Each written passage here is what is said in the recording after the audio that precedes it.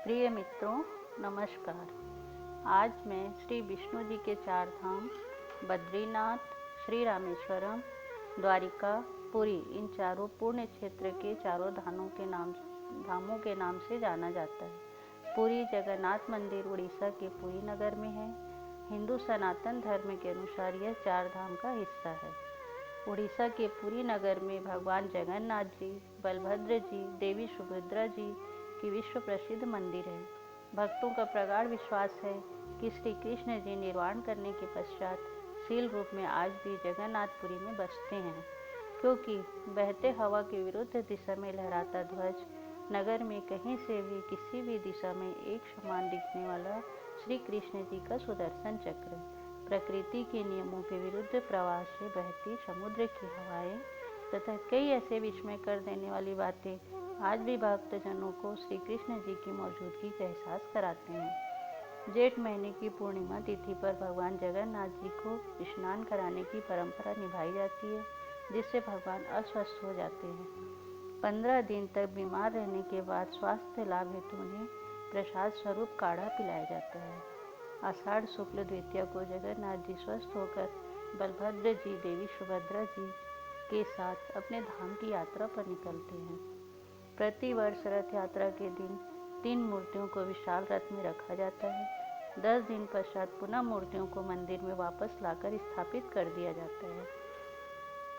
भगवान जगन्नाथ जी का रथ की रस्सियों को खींचने एवं छूने मात्र से श्रद्धालुगण अपने आप को धन्य समझते हैं। यह भी मानते हैं कि इससे मोक्ष की प्राप्ति होती है। इस दिन प्रसाद स्वरूप जगन्नाथ जी को गजा मूंग का भोग लगाया जाता है। यही प्रसाद लोगों में वितरित किया जाता है। लोगों में एक दूसरे के प्रति कोई छुआछूत की भावना नहीं होती। सभी प्रसन्नता पूर्वक साथ में प्रसाद ग्रहण करते हैं। बाकी दिनों में मंदिर की रसोई में प्रसाद बनाने हेतु 7 बर्तन एक दूसरे के ऊपर रखे जाते हैं। यह प्रसाद मिट्टी के बर्तनों में लकड़ी से ही पकाया जाता है। इस दौरान सबसे ऊपर रखे बर्तन का प्रसाद पहले पकता है, फिर नीचे से ऊपर की तरफ से एक के बाद एक प्रसाद पकता जाता है। मंदिर में हर दिन बनने वाला प्रसाद कभी भी भक्तों के लिए कम नहीं पड़ता। क्या आप जानते हैं कि पुरी में भगवान जगन्नाथ जी के साथ राधा जी या रुक्मणी जी नहीं, बल्कि बलभद्र जी और सुभद्रा जी क्यों हैं? इसकी कथा मैं आपको बताती हूँ। द्वारिका में भगवान श्री कृष्ण जी शयन करते हुए एक रात निद्रा में राधे राधे बोल पड़ते हैं। रुक्मणी जी यह बात अन्य महारानियों को बताती हैं। सभी आश्चर्य करती हैं कि हम सभी उनकी इतनी सेवा निष्ठा भक्ति करती हैं, फिर भी प्रभु राधा जी को नहीं भुला पाए हैं। उनके मन में राधा जी और श्री कृष्ण जी की लीला के बारे में जानने की जिज्ञासा होती है। वे माता रोहिणी के पास जाती हैं तथा उनसे श्री कृष्ण जी की लीलाओं के बारे में जानने हेतु उनसे हट करती हैं। पहले तो माता रोहिणी इनकार कर देती हैं, लेकिन उनके बार बार अनुनय विनय करने पर मान जाती हैं और उन्हें श्री कृष्ण जी की लीला सुनाने लगती हैं। द्वार पर पहरे देने हेतु सुभद्रा जी को बिठा दिया जाता है ताकि कोई अंदर न आने पाए। कुछ समय पश्चात श्री कृष्ण जी अंतःपुर को आते हैं, दिखाई देते हैं। सुभद्रा उन्हें द्वार पर ही रोक लेती है। थोड़ी देर बाद बलभद्र भी आ जाते हैं। दोनों अंदर जाना चाहते हैं, लेकिन सुभद्रा जी उन्हें अंदर जाने के लिए रोकते हुए दोनों के बीच में आकर खड़ी हो जाती हैं। दोनों हाथों से बाहर रोकने की कोशिश करने लगती हैं। बहन के द्वारा पकड़े जाने से दोनों भाई सुभद्रा जी को आंखें दिखाकर हाथ छोड़ने के लिए कहने लगे। ठीक उसी समय नारद जी का आगमन होता है। भाव विभोर कर देने वाले भाई बहन के इस प्रेम भाव वाले दुर्लभ दृश्य को देखकर उनके मुंह से निकल जाता है, वाह प्रभु वाह, भले भी राजूनाथ। यह भजन आज भी उड़ीसा में गाया जाता है। नारद जी भगवान कृष्ण से विनती करते हैं कि प्रभु, आप तीनों के जिस महाभाव में लीन मूर्तिस्थ रूप में मैंने दर्शन किए हैं, वह सामान्य जन उसके दर्शन हेतु पृथ्वी पर सदैव सुशोभित हों। प्रभु तथास्तु कहते हैं। वह उसी रूप में जगन्नाथपुरी में सदैव के लिए विराजमान हो गए। एक प्रचलित कथा और भी है।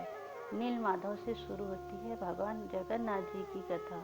अवंतीपुरी के राजा इंद्रद्युम्न की तपस्या से प्रसन्न होकर उनके प्रार्थना करने पर भगवान श्री कृष्ण जी विश्वकर्मा जी से कहते हैं कि वे नील माधव की मूर्तियां निर्मित करवाना चाहते हैं। विश्वकर्मा जी भगवान की काष्ठ विग्रह नील माधव की मूर्ति बनाने के लिए तैयार हो जाते हैं। 3 सप्ताह की अवधि लेते हैं, लेकिन उन्होंने राजा जी के समक्ष एक शर्त रखी कि जिस कक्ष में वे भगवान के विग्रह निर्मित करेंगे वहाँ कोई नहीं आएगा। मूर्ति पूर्ण होने के पश्चात ही उनका दर्शन करें, इससे पहले नहीं। काफ़ी दिन हो गए। कक्ष से कुछ आवाज़ सुनाई नहीं देने पर राजे जी द्वारा द्वार खुलवाया गया। अंदर 3 मूर्तियाँ मिली। उनके हाथ पैर के पंजे नहीं थे। श्री कृष्ण जी, बलभद्र जी, देवी सुभद्रा जी की विग्रह अर्ध निर्मित रह गया। विश्वकर्मा जी अदृश्य हो गए। कक्ष खुलते ही तभी आकाशवाणी होती है कि मुझे इसी रूप में मंदिर में प्रतिष्ठापित किया जाए। अर्थात भगवान श्री कृष्ण जी हम मनुष्यों को यही संदेश देते हैं कि जब वे अधूरे हो सकते हैं तो मनुष्य भी कभी पूर्ण नहीं हो सकते। अब मैं आपको श्री जगन्नाथ जी, बलभद्र जी और देवी सुभद्रा जी के रथ के बारे में संक्षिप्त जानकारी जो मुझे ज्ञात है आप लोगों को देना चाहूँगी। बलभद्र जी के रथ का नाम तालध्वज रथ है। रथ पर कुल काष्ठ खंडों की संख्या 763, कुल चक्के 14, रथ की ऊंचाई 44 फीट है, लंबाई और चौड़ाई 33 फीट। रथ के सारथी का नाम मातली, रथ के रक्षक का नाम वासुदेव तथा रथ में लगे रस्से का नाम वासुकी नाग है। भगवान जगन्नाथ जी के रथ का नाम नंदी घोष रथ है। रथ पर कुल काष्ठ खंडों की संख्या 832 है, कुल चक्के 16, रथ की ऊंचाई 45 फीट, लंबाई चौड़ाई 34 फीट 6 इंच। रथ के सारथी का नाम दारुक है, रथ के रक्षक का नाम गरुण तथा रथ में लगे रस्से का नाम शंखचूड़ नागुनी है। सुभद्रा जी के रथ का नाम देवदलन रथ है। रथ पर कुल काष्ठ खंडों की संख्या 593, कुल चक्के 12, रथ की ऊंचाई 43 मीटर, लंबाई चौड़ाई 31 फुट 6 इंच। रथ के सारथी का नाम अर्जुन, रथ के रक्षक जय दुर्गा, रथ में लगे रस्से का नाम स्वर्णचूड़ नागुनी है। इस तरह से मैं आप लोगों के समक्ष जगन्नाथ जी से जुड़ी प्रचलित कथाएं लेकर आई हूँ। यदि यह जानकारी पसंद आई तो लाइक जरूर कीजिएगा। धन्यवाद। श्रीमन नारायण